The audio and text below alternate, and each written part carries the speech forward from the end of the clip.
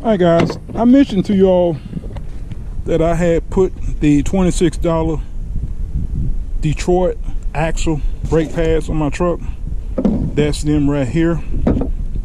That is some weird looking stuff, especially that one right there. That one right there is starting to break apart. So I guess this is what happened when you put $26 brake pads on a F-150. They was quiet. They actually stopped fine. It was just, they created a lot of brake dust. A lot of brake dust. So these are from Ford. These are $94. These are the best brake pads they make for F-150. The funny thing I noticed, they don't have the rabbit ears.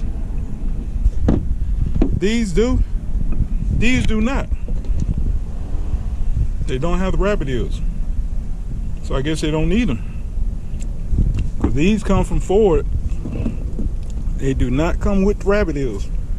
Scared me for a second. I didn't think it was going to work, but they fit fine. I've already put the left side on.